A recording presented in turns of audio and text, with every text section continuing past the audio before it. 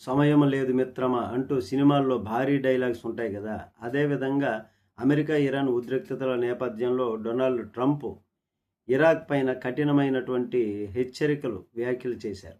వాషింగ్టన్లో board of piece తొలి సమావేశంలో ఆయన మాట్లాడుతూ మిడిల్ ఈస్ట్లో భారీ స్థాయిలో అమెరికా సైనిక సమీకరణ జరుగుతుంది.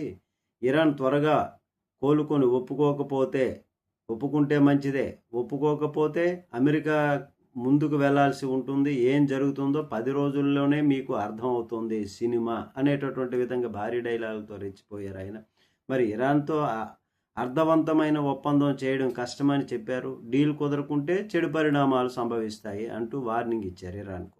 మరి శాంతి మార్గంలో మాతో చేరండి అంటూ టెహ్రాన్ను కోరారు. మరోవైపు అమెరికా రాయబారులు కూడా ఇరాన్ విదేశాంగ మంత్రి అబ్బాస్ అరంగీతో చర్చలు జరుపుతున్నారు. అయితే యుఎస్ ఇరాన్ అణు చర్చలు ఇంకా ఒక కొలిక్ అయితే రాలేదు.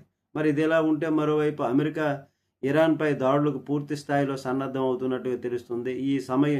ఈ విషయం ఈ వారాంతం నుంచే ఇరాన్పై వైమానిక దాడులు సిద్ధంగా ఉంటాయి అనేటటువంటి విధంగా వైట్ హౌస్కి కూడా సమాచారం ఇచ్చారు.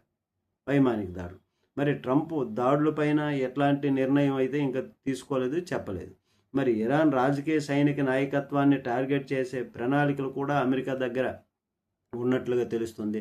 మరి ఇరాన్ అధ్యక్షుడు పెజెష్కియాన్ మాట్లాడుతూ తాము యుద్ధం కోరుకోవడం లేదని, కానీ అమెరికా తమపై ఒత్తిడి తెస్తే మాత్రం తలంచబోమని ఆయన చెప్పారు. అయితే అమెరికా మాత్రం మిడిల్ ఈస్ట్లో భారీగా యుద్ధ సామాగ్రిని మోహరించింది, సిద్ధం చేసుకుంది. 13 అమెరికా యుద్ధ నౌకలు ప్రస్తుతం అక్కడ మోహరించి ఉన్నాయి.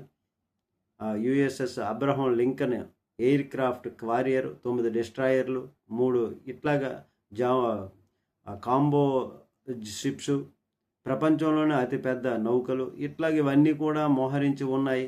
మరోవైపు F-22 రాప్టర్లు, F-15, F-16 ఫైటర్లు, KC-135 fuelling విమానాలు మిడిల్ ఈస్ట్ వైపు వెళ్తున్నాయి. మరి ఇది ఏ విధంగా దారితీస్తుంది అన్నటువంటిది తెలియాలి.